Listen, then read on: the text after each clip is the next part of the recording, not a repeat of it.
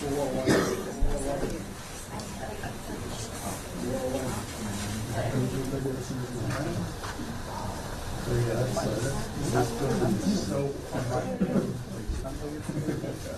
think it was the only military facility where officers outnumber enlisted. I never did that. I'm not surprised. Yeah. I've seen more generals than sergeant majors. Yeah. Yeah. Louis was telling me, this is a while back, he was in my McDonald's and he saw just a private. Yeah, how do you be a private? We'll start now. I don't understand. It's like that time where. Oh, Louis sitting right there. Yeah, he told me that story yesterday. Harry had one person I think he This is not too late. I know. Yeah, I got one, I drink while I drive into work, my Which coffee. to me, Right about this time, I always debate whether Yeah. I get it. my generation was the first to start getting. I think after that, I wrote out. It's gonna be a long day, so. Then you guys want Yep. everybody in it, even if you weren't on the work, everybody went, everybody got done. Good, but hard to take, yeah, I mean, I don't know, no one wants to stay here. Rising up and around. Yeah, the hallways get pretty. Yeah. You wait to get on the escalator. Majors. Click out. Yeah. Seven last night, it's just when you come in. It's because the world is at peace. Just You know? Yeah. Anderson, hello. Hi, good thanks.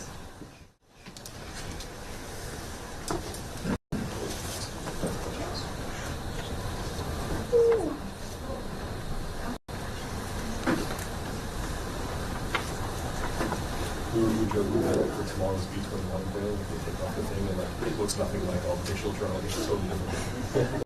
That'd be awesome. Go. No, we'll take the stills and the video. There's so little to do outside of.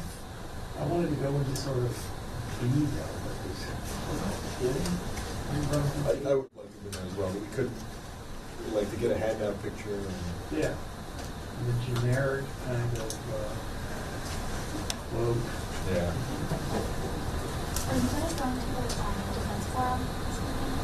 We got it.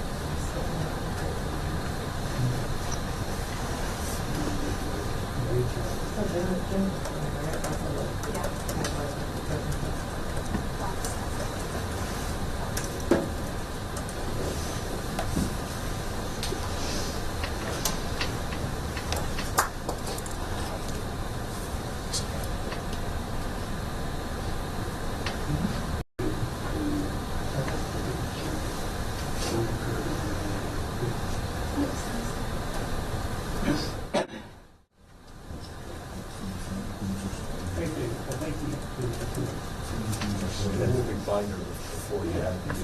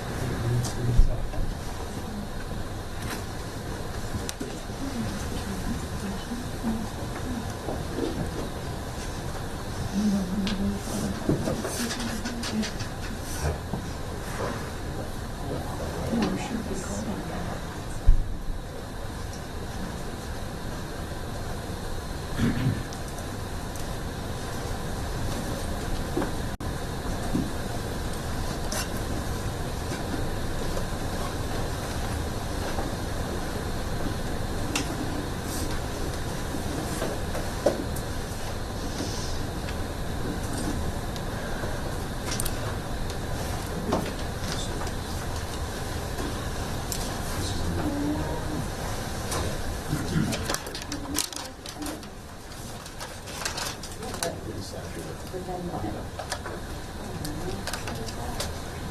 That's not the point at all. Sad.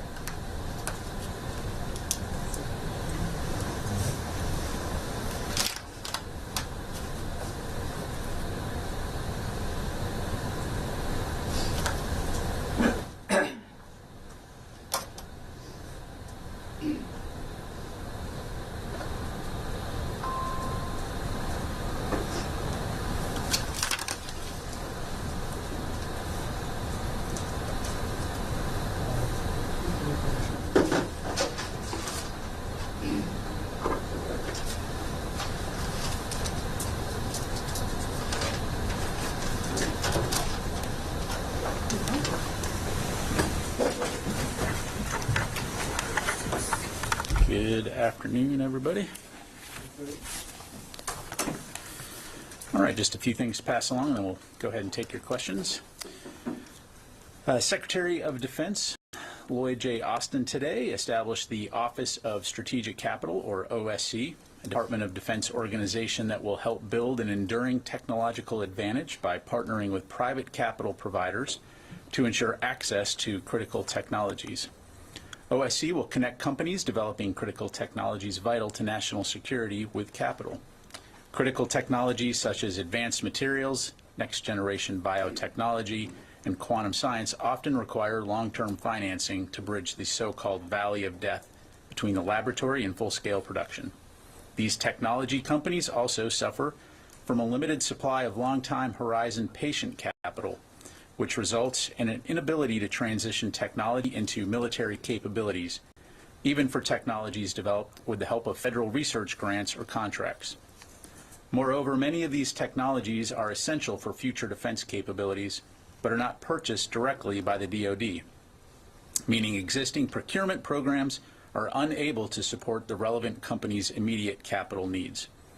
As an office overseen by the Secretary of Defense, the OSC will have an advisory council that includes the department's undersecretaries of defense. The OSC will work across DoD's policy, acquisition, and research efforts. It will also help to counter non-market actions by strategic competitors that use U.S. capital markets to advance their own technology goals. In support of the Undersecretary of Defense for Research and Engineering, OSC will complement the innovation organizations already executing programs to support critical technology developers. OSC aims to scale investments between science and technology-focused organizations such as DARPA and commercially oriented organizations such as the Defense Innovation Unit by increasing the capital available to critical technology companies to help them reach scaled production. While existing offices rely on grants and contracts to deploy capital, OSC is investigating the use of non-acquisition based finance tools such as loans and loan guarantees. For example, a number of other federal agencies use credit programs to participate in capital markets through loans, loan guarantees, development funds, and other tools.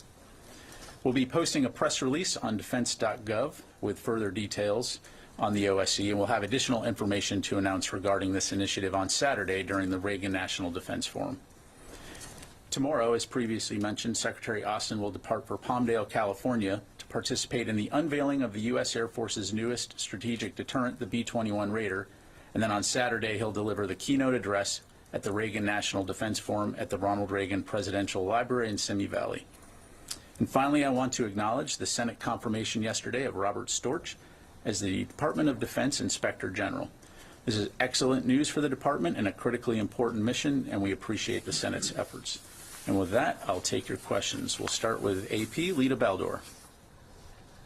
Thanks, Pat.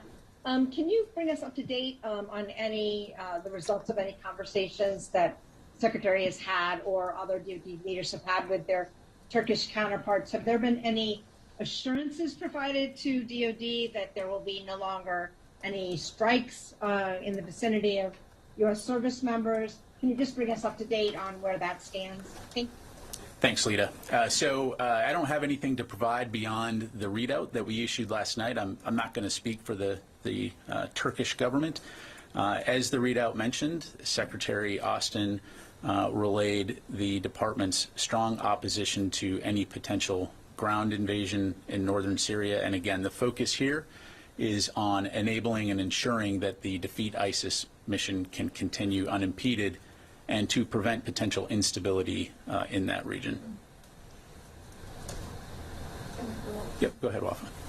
So when Turkey started its airstrikes and then threatened the safety of U.S. personnel in Syria, it looks like the deconfliction line wasn't where it should be. So is this what led to the phone call with between Secretary Austin and his counterpart? And does Secretary Austin feel confident that this line, the confliction line, is being reinstated after this phone call? Yeah, so first of all, as a NATO ally and a close partner with the United States, we always have regular communication with Turkey. And so in the case of the phone call, the Secretary wanted to call to relay his condolences for the deaths that we saw in Turkey. But then also to address what we've seen in open press reporting in terms of a potential ground invasion into northern Syria. And so the focus here is, from a United States standpoint, on ensuring that terrorist organizations like ISIS cannot reconstitute. We've obviously made a lot of progress toward that end since they first originated, en masse back in 2014. And we don't want to see that progress be wasted. Still have a lot more work to do on that front. So that was the origination of the phone call. Thank you. Okay, Janie. Thank you. I have two questions. You might know that several Chinese and Russian military aircraft recently invaded Cadiz, Korea's air defense identification zone, and South Korea. And ROK Air Force took sortie in response. So what do you think are the intentions of China and Russia, which frequently invade? Yeah, thanks, Janie. So I don't want to speak for China and Russia. Certainly we are aware of the joint Russian-Chinese flight. In terms of the Republic of Korea's response, I'd refer you to them to answer for themselves. But beyond that, I don't have any additional information to provide. Second question, it has been reported that China is conducting chemical warfare training in preparation for crisis on the Korean Peninsula. So do you know, how can you see the Chinese suspicious movement? Yeah, I don't have any information on that. Thank you. I refer you to China. I'm assuming that China conducts a wide variety of military training, but in terms of chemical warfare training, I'm not aware of anything in that regard, but I don't have anything further. I'm not concerned about the chemical warfare research. I don't have any China and North Korea getting together. Thanks, Janie. Let me go to David in the back. Does the Secretary have any reaction to this threat by some of the Republican members of the Senate to hold up the NDAA if the vaccine mandate is rescinded? Yeah, thanks, David. So what I would tell you is, as a warfighting organization, the health and readiness of our force is paramount, and vaccination for COVID is still a requirement. But in terms of discussing proposed or pending legislation, I'm not going to be able to provide a comment on that, and won't have anything further to provide. Thank you. Health is paramount, so do not lift the vaccine mandate. The vaccine mandate is currently in effect. Thank you. Yeah. Following up on David, are there plans to do that in the future to potentially put an end to the vaccine mandate? Again, the vaccine mandate is currently in effect, and I'm not going to talk about pending or proposed legislation or speculate on future potential outcomes. And dropping it, you said it would have an effect on military readiness and the health. I just wanted to hear more on the reasoning. Well, again, broadly speaking, from a Department of Defense standpoint, we are a warfighting organization, so the health and readiness of our force is always going to be paramount to ensure that our forces are ready and able to conduct their mission. So vaccinations, whether it's COVID, influenza, anthrax, those kinds of things. We're going to ensure that our forces are properly vaccinated to be able to carry out their wartime mission. Thank you. Has that had an impact on recruitment? We're talking about COVID mandate. I don't have anything further on that. Certainly, we continue to look broadly at how we can recruit and how we can attract recruits, but I'm not going to get into whether or not there's a correlation or not. Okay, let me go to the phones here. Heather from USNI. Thanks so much. On the vaccine mandate, is there any plans to expand it to the booster shots that are either the bivalent one or any I guess the first booster shot available? And then on recruitment, I know one of the biggest concerns right now is eligibility. Does the Department of Defense have any plans to try to address eligibility of young Americans? Yeah, thanks, Heather. So I heard your first question. I'll come back to your first one, your last question, rather. I'll come back to your first one because it wasn't really clear. In terms of recruitment, as you know, we're looking at a wide variety of approaches. This continues to be a priority for the Secretary, for the service secretaries and service chiefs in terms of how we can recruit and retain the best that America has to offer. And so that will entail looking at a wide variety of things to make the military continue to be an attractive place to work. I'd refer you to the services in terms of any specifics on areas that they're looking at, but that will continue to be a priority. And then I'm sorry, in your first question, you asked about expansion. Yeah, I was just wondering if the Department of Defense has any plans to make the booster shots mandated as well. I'm not currently aware of that, but we can. Well, so first of all, I'm not aware of any plans to expand beyond the current policy, and so I just leave it at that. Okay, let me go to Phil Stewart, Reuters. Hey there, thank you. I was just hoping you could give us a little more clarity. Yesterday there was there was a disclosure of an operation in October that killed the Islamic State's leader by, I guess, elements or by the Free Syrian Army. Could you give us a sense of the relationship between U.S. military forces and these Free Syrian Army forces or their remnants?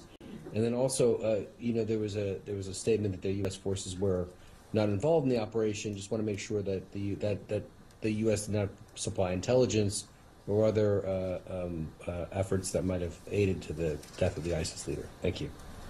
Yeah, thanks, Phil.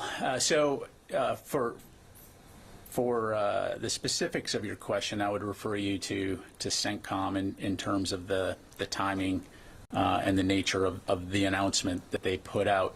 What I would tell you is that we focus on, as part of the Defeat ISIS mission, we're focused on working with the SDF. But in terms of any additional information regarding this particular incident, I'd refer you to CENTCOM. Thank you. Okay, go back to the room here, ma'am. Yes, North Korea will hold their Key Party meeting in late December. Last year, Kim focused mostly on domestic issues. Is it expected this year to focus on South Korea and the U.S. other allies in his speech? Also, do you expect him to focus on nuclear weapons? Yeah, I appreciate the question. I'd have to refer you to North Korea on that. I'm not going to be able to speculate on what they may or may not talk about. Thank you, ma'am. Karen with the Washington Post. There's been some reports lately about expanded U.S. training programs for Ukrainians, particularly in Germany. I was wondering if you'd give any more details on what that entails or is expected to entail. Yeah, thanks, Karen. I saw the press report on that. I would tell you that I don't have any announcements to make at this time in terms of any new training programs or efforts. But when and if we do, we'll certainly be sure to let you know. I would say that we have been training the Ukrainians already for some time, as you know, going back to 2014, and we're going to continue to work with our international allies and partners to look at ways that we can best support Ukraine in their fight against Russia. So that's where we're at the moment. Thank you. Ma'am. This is Rio from Asahi newspaper. Reportedly, Japan is considering buying up to 500 Tomahawk cruise missiles from the U.S. Could you give us a comment on such Japan's effort to buy? So I don't have anything to provide on that. I'd refer you to Japan for any discussions about what they may or may not be looking to buy. Thank you. Sorry, Yep. to follow up, Japan also plans to declare the acquisition of counter-strike capability, and how will the U.S. coordinate and help Japan's effort to strengthen its defense capability? I apologize. Which type of capability? Counter-strike capability. Certainly aware of what Japan has said publicly in that regard. Again, I don't have a specific comment to provide other than to say that Japan continues to be one of our closest allies and will continue to work with them in terms of ensuring a free and open Indo-Pacific, and just leave it at that. Oren? Back to Turkey for a second. What deconfliction efforts did you try to pursue with Turkey before their strike that endangered U.S. personnel? And just a few days ago, you told us there was a reduced number of patrols because of essentially what's happening there. Have there been any other changes to the operations or activities of the ISIS coalition? Yeah, so no updates to provide beyond what I provided on Tuesday, which is that we are operating at a reduced number of partnered patrols with the SDF. In terms of deconfliction and coordination, again, what I would say is that we do have frequent and open lines of communication with our Turkish allies at a variety of levels. I don't have any specifics to provide as it relates to that particular strike, but again, we did issue a statement highlighting the fact that a strike did come close to U.S. personnel, and we clearly have communicated that. Are you confident that U.S. personnel there are safe and are not currently at risk from Turkish operations? I know that right now U.S. personnel are safe, and we hope they continue to remain in that status. But again, this demonstrates why it's very important that while this important defeat ISIS mission continues, that we are able to work together and communicate to ensure that there's continued stability in the region and that important mission does not enable a very, very dangerous terrorist organization known as ISIS from being able to reconstitute. Thanks. Liz? Just to follow up on Oren's question, he kind of stole it from me. After Secretary Austin's call yesterday with his Turkish counterpart, are U.S. forces safer in Syria after that call? So, look, we always are going to make sure that our forces, wherever they're operating from, safety is going to be a top priority. And so as they're focused on their mission, they're going to do what they need to do to ensure that they're safe. I think, again, we're eager to work and communicate closely with our Turkish allies to ensure the stability and the security of that region and the continuance of the defeat ISIS mission. Thanks. Courtney. So when you say that there's a reduced number of partner patrols with the SDF, I mean, haven't the partner patrols stopped over the last several days? No.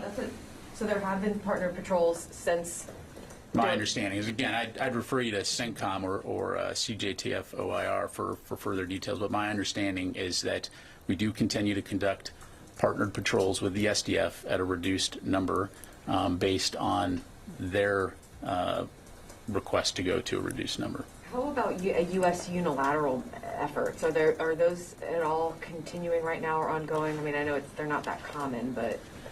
Well, I mean, to kind of step back and to put it into context, we maintain counterterrorism capability in the region. So I think what you're referring to is if there are counterterrorism operations that require a unilateral approach, we've long said that we reserve the right to conduct those types of operations if they pose an imminent threat against U.S. personnel or our homeland, and we certainly retain that right. But in terms of any specifics or missions to provide, I don't have any details. I just understand because General Masloum said on the record that that the counter-ISIS missions with the U.S. and the coalition are halted. Right Again, now. I'd refer you to CENTCOM, but as I understand it as of today, there's a reduced number. The mission continues. I can't speak for General Masloum. Just one more. The mission continues in Iraq. There's no question about that. So the overall mission continues. But as far as actually things in Syria, that's what General Masloum. My understanding is that the mission continues in Syria. And then one on vaccines. I'm just curious, just given the fact that there are members on the Hill who have a very real ability to stop the NDAA from moving forward. I mean, they have the capability of doing that. I'm wondering if there is if the Secretary is considering at all even reviewing the vaccine mandate. Not that he's made a decision or anything like that, but is there even a consideration to review the mandate given the fact that COVID illnesses and deaths are down, people aren't wearing masks. I mean, like, there have been changes in COVID protocols, so. Yeah, no, I appreciate the question, Courtney. What I would say again is, you know, the department is operating off of current policy, which is that COVID vaccinations are required. And I'm just not going to get into hypotheticals about proposed or pending legislation or speculate on potential outcomes. They're not hypothetical, I'm asking currently. And this is the last question because I got to move on. Is the Secretary currently even reviewing the policy? Again, I'm not going to get into talking about what we may or may not be doing as a result of legislation that may or may not be coming. So again, currently the policy is that COVID vaccinations are mandated, and that is the requirement. Thank you. Sir, Mike. Yes, sir. The Reagan Foundation came out with a survey saying that fewer than half of Americans have a great deal of trust and confidence in the military, blaming these perceptions of overt politicization among Pentagon leadership. Some pretty troubling numbers. I wonder if the Pentagon has any thoughts on that. Yeah, thanks, Mike. So I've certainly seen the press reports. I have not read the survey myself, so I'm not going to comment on it. But polls and surveys aside, I will tell you what I do know, and that is that the U.S. military is the best fighting organization in the world, the best fighting organization the world has ever seen. When you consider the breadth and the scope of the missions and the effectiveness of the fighting men and women who serve around the world, many of them in harm's way, it's pretty incredible. And so 24 hours a day, 7 days a week, our soldiers, our sailors, airmen, Marines, Guardians, Coast Guardmen, they are on point, defending the nation like no one else can. They're doing important work that matters. They're doing work that makes a difference. And whether it's working with allies and partners in Europe to deter aggression, patrolling the Indo-Pacific to ensure regional stability and security, manning our nuclear missile silos, training the next generation of warriors to fill our ranks, operating the satellites which enable our modern way of life, the list goes on and on and on. I would tell you that Americans can be very, very proud of their military. Thank you. Sir. Thank you, sir. Two questions, please. One, Pakistan and China. Pakistan have now a new army chief, and General Bajwa just retired. And any change as far as military to military, Pakistan and U.S. Relations under the new army chief, or did Secretary have had any conversations or discussions with him? No conversations at this point, and no change in our valued relationship with Pakistan. And second, on China, so many reports are going on, officially and non-officially, and press reports and experts and all that. How much do you think China is now a danger to the U.S. as far as military to military or U.S. national security interests are concerned? Well, I would, appreciate the question. I would refer you to the National Defense Strategy, which lays out very comprehensively how the department views China as our pacing challenge. Thank you. Let me go to the phones here real quick. Tony from Bloomberg.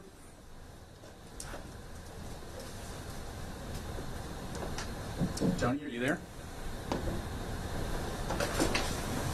All right, we'll come back. Nick from PBS. Hey, Pat. Sorry. Thank you very much. I want to go back to Turkey, but ask it a little differently. General Mazloum, to me and to others, have asked for a more robust condemnation of Turkish attacks and a more robust defense of the SDF. So do you think that you have delivered a strong enough message to Turkey? Do you acknowledge SDF concerns today? And do you believe that the Turks have heard your message? Thanks. Thanks, Nick. So again, what I would say is our focus is on the Defeat ISIS mission. And we certainly value our very strong, enduring, and long alliance with Turkey. And we also value the partnership that we've shared with the SDF since the beginning of the counter-ISIS campaign, now known as the Defeat ISIS mission. When you look at what the SDF did and continues to do in terms of preventing the reconstitution of, again, a very dangerous terrorist group, ISIS, it is something that that we should all be very thankful for, and we look forward to continuing to work with them in that regard. As I've said in the statement that we put out last week, we certainly do recognize Turkey's valid security concerns when it comes to protecting their people inside their borders, and we will continue to communicate with Turkey, and we'll continue to communicate and work with the SDF. But again, the focus here is on preventing a destabilizing situation which would put ISIS in an ability to reconstitute, and no one wants to go back to what we saw in 2014 with terrorist group running amok and taking large swaths of land with thousands and thousands of people killed. Thank you. All right, Wafa. Sorry, another follow-up on Turkey. So you're talking about a situation, stabilization situation. Do you have concerns that Iran and its proxies may take advantage of this situation on the ground in Syria and Iraq? Do you have indication that it might do something? Well, I mean, without speculating about potential moves by Iran, we certainly have seen the destabilizing activities by Iranian-sponsored groups in places like Syria, and you know, if you've been following this story long enough, you know that Syria continues to be a very dynamic environment, which is why it's incredibly important to keep the pressure on ISIS to prevent them from reconstituting. Thank you. Sir. Just a question about about Congress. Secretary Austin said that the DoD's top line could be reduced below the president's request if Congress goes forward with operating under a continuing resolution. If that happens, what programs would be most affected, and is the Pentagon taking any steps in case that does happen with a continuing resolution? Yeah, thanks very much.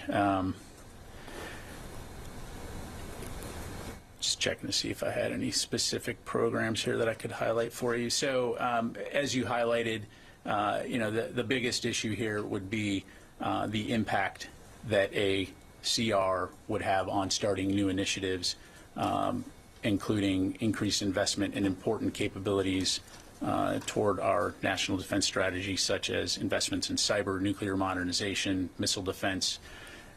In terms of potential impacts, what we would be looking at would be 62 new programs and projects that could not be started, including 36 military construction projects, production rates for 17 programs, including weapons, equipment, and munitions that could not be increased. Funding would not be aligned to the proper accounts and programs, and transfer authorities are limited. We can get you a broader list, but just for example, things like multiple rapid prototyping programs, including the Joint International Experimentation for the Indo-Pacific region and the E3 replacement program, long-range hypersonic weapon, F-16 secure mission data systems. It's a fairly lengthy list. So certainly, as you know, I briefed earlier this week, we are hopeful that Congress can pass the NDAA before the end of the year. Thank you. Got time for just a couple more, Qasim, and then General, follow up on the Turkey questions. So Turkey has launched almost 5 operations inside Syria, and currently Turkish military has secured like 3 large swaths of territory. And it's what makes you think that a Turkish operation inside Syria would destabilize the conditions down there? Because that appears that that's your implication. Yeah, thanks, Qasim. So again, you know very well the situation on the ground there and the history of the friction between Turkey and the SDF. And so again, we want to call on both of our partners in this case to de-escalate so that we can continue to stay focused on the Defeat ISIS mission. You know, a terrorist cross into Turkish border from Syria and then conduct an attack, and then the Turkish military takes on, like, retaliate. And we see that Pentagon comes up saying that, well, we don't want to see destabilization, we don't want to see the tensions to go ahead. And then we see that your partners, YPG, they said, okay, we are out from the fight if you are going to, if you will allow the Turks to attack us. What makes this policy rational still? Like, whenever somebody crosses from Syria into Turkish territories, Turkey is going to attack. and then it doesn't matter if there is a U.S. force, U.S. troop around the area or not. We have seen before, like the U.S. forces were there, and now again U.S. forces were there. Turks launched an operation. So what makes the U.S. strategy in Syria still to be viable and usable? Yeah, thanks. Well, again, nobody's arguing about Turkey's legitimate concerns and Turkey's legitimate authority to go after terrorists that target its people. What we're talking about here is ensuring that we can continue to keep the Defeat ISIS mission going without destabilizing the region, which we believe that a ground invasion would result in. So again, we'll continue to communicate closely with our Turkish allies, but I'll leave it at that. Let me go to Louis, and then one last question. Thank you. One quick one. There was a near-miss collision was nearly averted, but was averted on Tuesday in San Diego Bay involving 2 U.S. Navy ships. Do you have anything on that? And I understand the Navy's investigating it, but are you taking a broader look at it to see safety issues? Yeah, thanks, Louis. So what I can tell you is that the USS Mommsen and USS Harper's Ferry were transiting opposite directions in San Diego Bay yesterday, or November 29th, rather. They were in close vicinity. Both ships maintained communication and maneuvered to ensure that they were safe in the channel. There were no injuries or damage to the ships as a result of those maneuvers, but as you highlight, I believe the Navy is investigating this, so I'd refer you to them for any further information. And the other topic I was going to ask you about is the OSC that you just announced today. What triggered the creation of this, particularly for Secretary Austin? Or is this something that had been happening before, or was this something that he felt was necessary to get beyond this valley of death, as you call it? Sure. So first of all, it's the capability that the OSC will provide is not something that's unique per se within the U.S. government. You have other agencies that have employed this capability, and so given the fact that the department relies on advanced technology for a lot of the capabilities we need to stay competitive, this gives us another capability to work with investors and to work with industry to ensure that programs that otherwise may not be funded or it may not be attractive to investors can be funded in a way that gets them across, again, the so-called valley of death. So it gives us another tool in the toolkit to be able to ensure that we can stay competitive against our strategic competitors like China and Russia. So there wasn't one specific incident or anything like that that triggered the interest in this? No, this is really about looking at how can we move faster and ensure that the department and the U.S. government, more broadly, has the advanced technology and capabilities that we need to remain competitive going into the 21st century. All right, thanks very much, everybody. Appreciate it.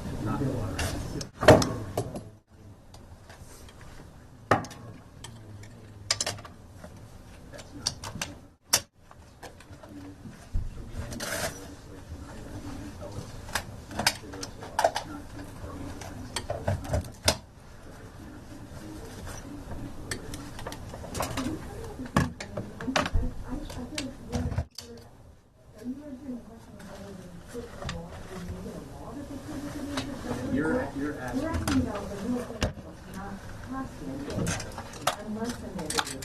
So I understand why that's having a pushing issue. It's not. It's them threatening legal action. The department, to my knowledge, is not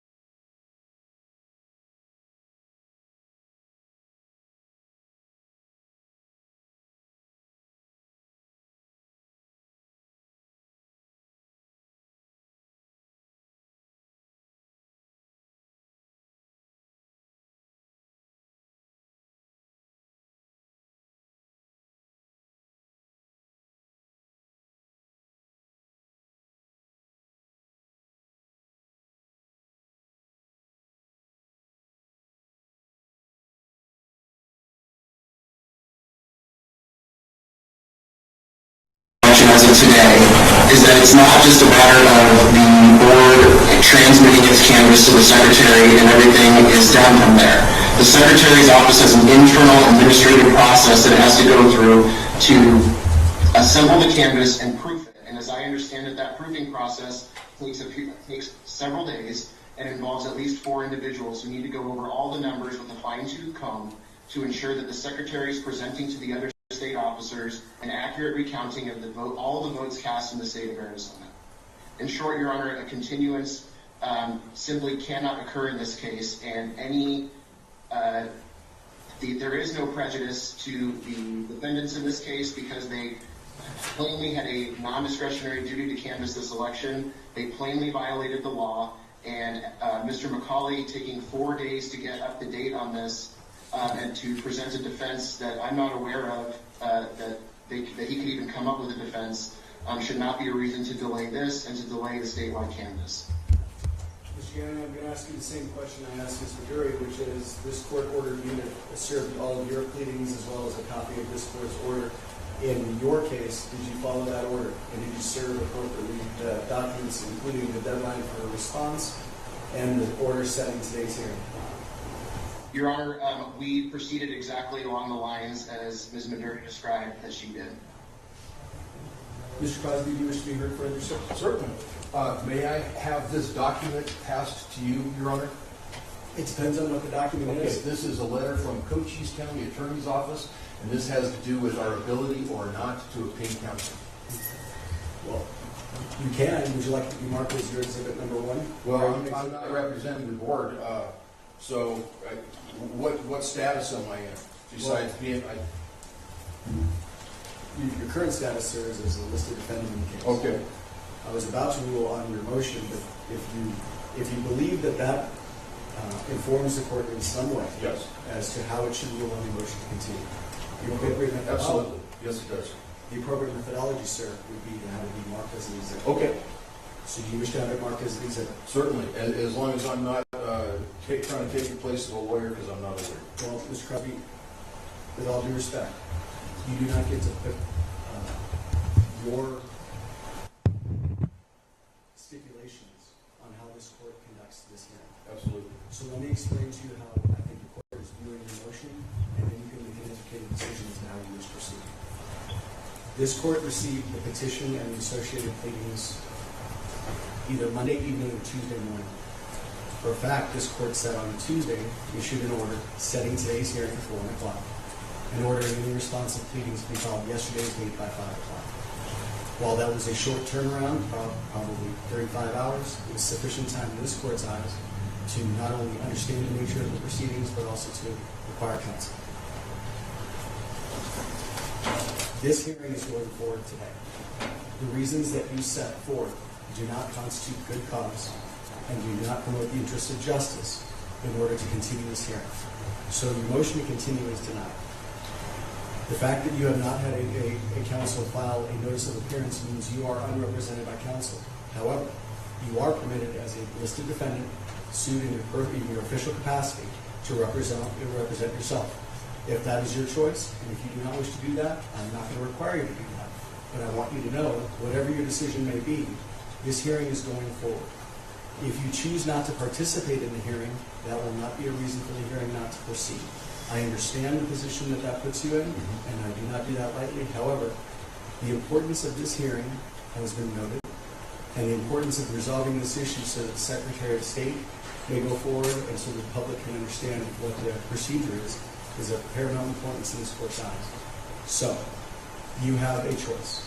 You can represent yourself, and you can submit the document about the difficulties you've had, or you can explain to the court about the difficulties that you've had in acquiring counsel. The court is proceeding with the hearing today. Okay, then it is unnecessary. Okay, very well. Next matter of business on the court's plate is there is a motion to consolidate these two matters because they essentially resolve around the same question. Ms. Maduri, are you seeking to consolidate? We didn't file a motion to consolidate, but we support it. Secretary filed it, and we don't oppose it. Mr. Gannon, did you wish to offer any further argument in support of the motion to consolidate? No, Your Honor, I believe the motion speaks for itself. As the court noted, the two cases raise essentially identical issues against the same defendants, and it makes good sense, particularly given that we are holding this hearing today together to have the two cases consolidated under the earliest case number. Thank you. Mr. Crosby, do you wish to be heard? No, sir. Ms. Judd, do you wish to be heard? I'm sorry, ma'am? No. Thank you. Ms. English, do you wish to be heard? I have no comment on that. Thank you. Thank you, Ms. English. The court having considered and read the motion to consolidate, the court finds it's proper. These two hearings will be consolidated into one matter.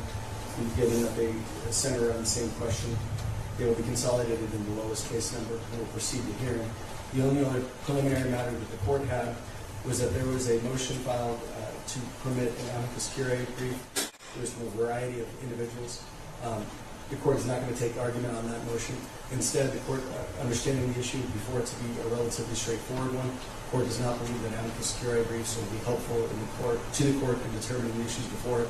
So, understanding and respecting the voices of the folks who want to be involved in these proceedings, the court does not believe it's appropriate to consider those amicus curiae briefs and will not consider them in deciding the issues before it.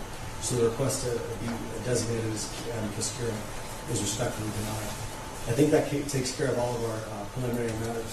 I don't know, Ms. McGarry or Mr. Gaona, if you had a preference as to how you wish to begin these proceedings.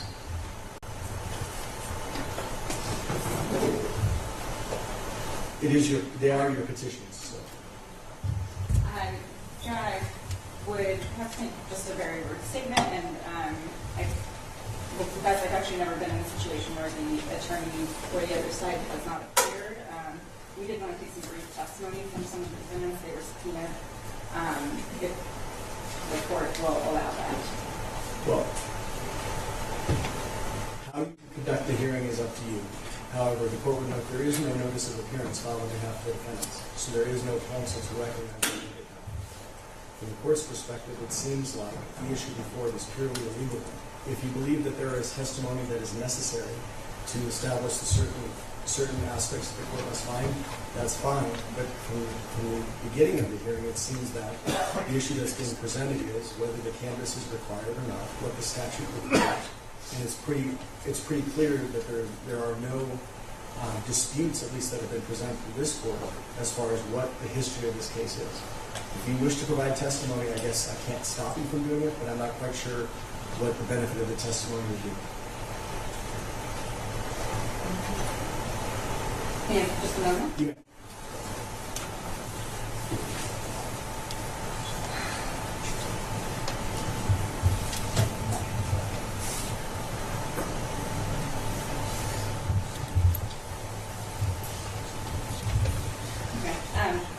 Given the court statements, and we do agree this is a pure issue of law, and the facts are quite clear that the board has not canvassed the election, so we don't believe it's necessary to take testimony from the defendants.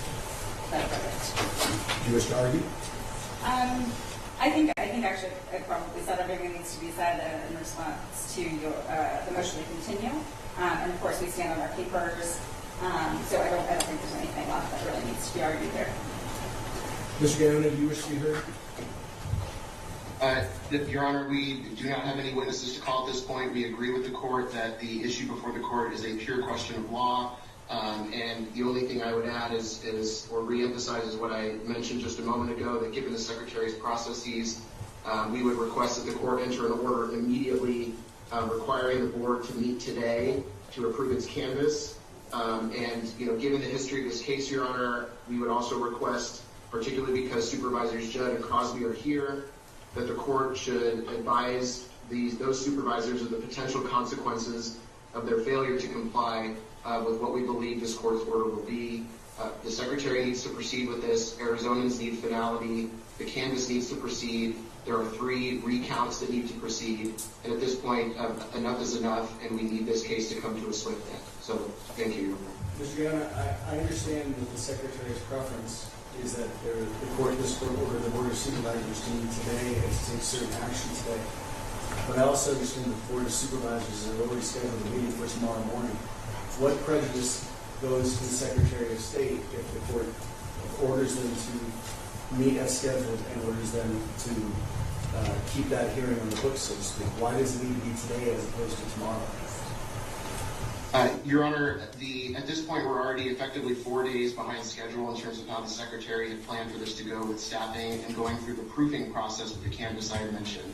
So while it is theoretically possible to complete that process if the meeting were to occur tomorrow, it would place a significantly smaller administrative burden on the Secretary's already burdened staff who are already behind schedule for the meeting to occur today and for the canvas to be sent to her today. Well, no disrespect intended, Mr. Mayor, but can't the Secretary and the administrative staff focus on the other counties and their ballots and their elections and prepare those and wait for the results of these counties? The statute itself includes a provision of what happens if the canvas from the Secretary of State is missing ballots. So why can't that just be the way that this proceeds? Your Honor, obviously, we are aware that the board has that meeting, and before this case was even filed, we were aware of that. But obviously, noticing something on its agenda, the board's agenda is not a guarantee that the board will actually follow through. In the spirit of compromise, Your Honor, I think the Secretary can accept the canvas tomorrow, provided that the court's order is clear and that there will be no more games and no more excuses, and that if the board fails to comply with the court's order, that we will be able to promptly get back before the court tomorrow to immediately institute contempt proceedings if they do not follow through. Mr. Cosby, do you wish to address the court, sir? I'm not sure. I could, but I don't want to pretend to represent myself or my fellow board members. Mr. Crosby, you are not permitted to represent your fellow board members because you're not a licensed attorney, as you stated. However, you have every right to represent yourself. And if there's anything that you wish the court to consider in considering the petition before it, now would be the time for you to present it. Would that include the question, like what is the definition of canvas and what is the definition of approved or certified? Are you asking this court to define statute for you, sir? Well, just pass. I'll just read what I have, if that's okay. Absolutely, Okay. sir. The floor is yours. And I want to be very clear. I am not imposing any limitation on how you present whatever it is you want the court to hear. Sure. This is your opportunity to let the court know what you think the appropriate outcome of this case is. Okay. In the case document ending in 553, paragraph 5, page 5, paragraph 21, the Secretary recognizes two later delay dates of December 5th and December 8th. Therefore, continuance does not delay the Secretary's duty. Our intention is to vote on this issue tomorrow, and there is no bad faith. The reason why it was not voted on the 26th, as or last Monday, I think that was the 26th, was that the item was misagendized on the agenda, and I corrected that, and that is the corrected agenda, which you may have seen for the second. Anything else, Mr. Cosby? Ms. Judd? I just want to let me get up there so you can. Please, thank you very much. You're very soft-spoken, so I need to be able to hear you. Wanted to acknowledge and thank the court for recognizing that there is a provision in the law to extend the dates. And I would have mentioned myself that there are 15 counties and we're just one, in fact, a smaller size county. So I am respectfully, the Secretary would ask that she go ahead and proceed as she is. And I full well intend to meet tomorrow and be respectful of the voters in my county. Ms. Judd, I don't want to put words in your mouth, but I do want to understand what you're telling the court. Okay. What I understand you to say is that if the court allows the meeting to proceed tomorrow as scheduled, it is your intention to vote on the issue of canvas. As scheduled. Is that what you're saying? Well, I recognize the schedules and it would be my wish to do that. So we will see. What time is the hearing set for tomorrow? 10 a.m., sir. How long do you expect the hearing to last, Ms. Judd? An hour and a half. I'm just trying to figure out the timelines because I don't want to put, if I allow it to go tomorrow, I don't want to put it in the proper timeline. You understand? So, a couple hours? We aren't likely to continue a meeting to later in the date. That's not typical of our board, but I can't even say that. If you need to consult, we may stop for a few minutes, but a couple hours. Okay, very well. Thank you. Is there anything else you needed to know, Ms. Judd? Not really. Thank you so much. Ms. English, is there anything you'd like to say? Yes.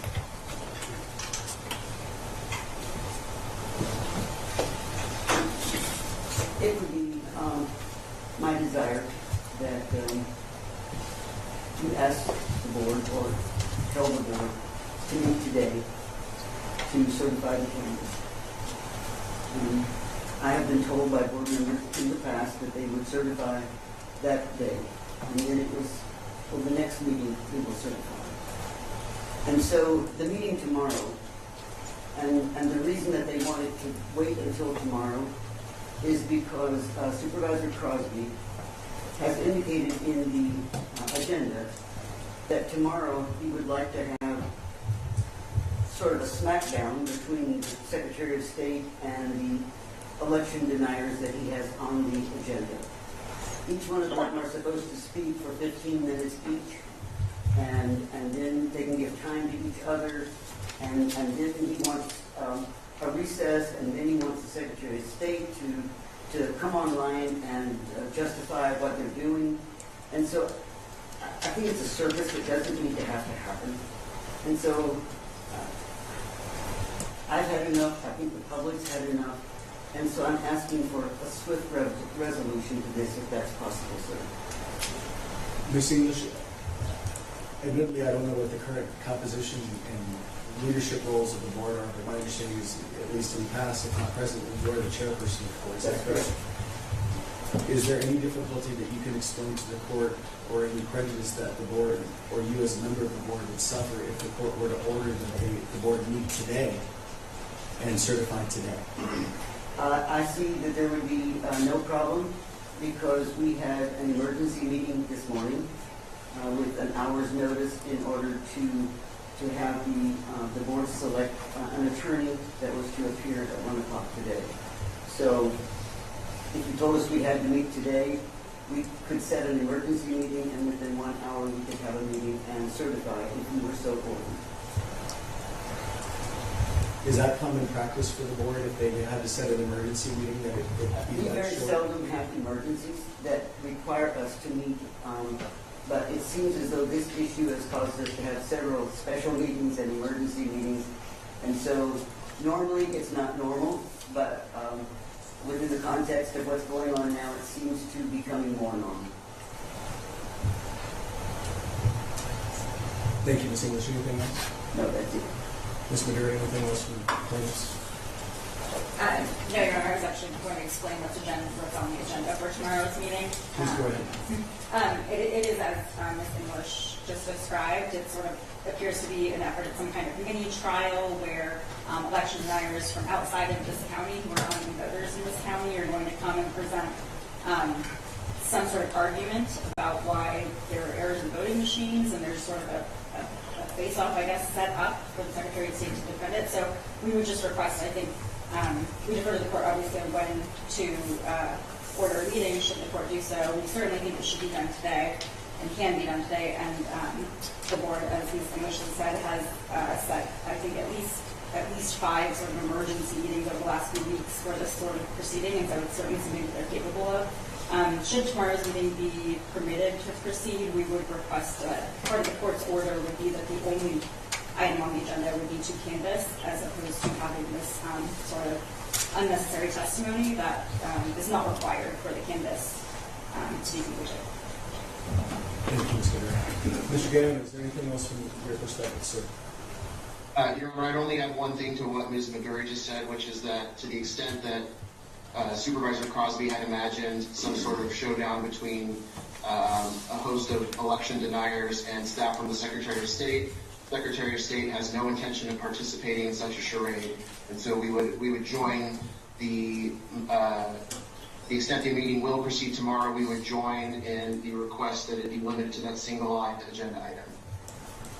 Thank you, Mr. Gannon. Anything else?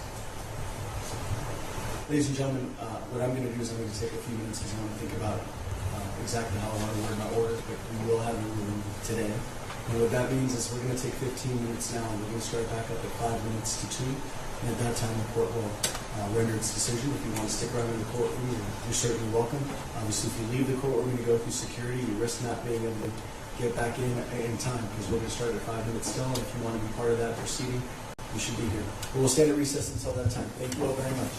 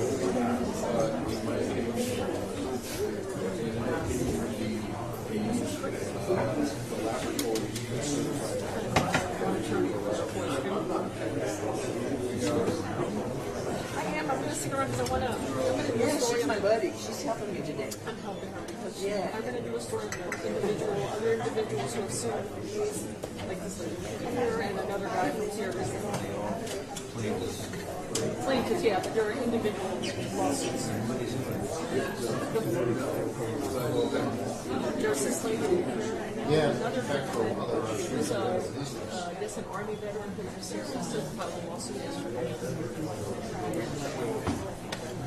We haven't mentioned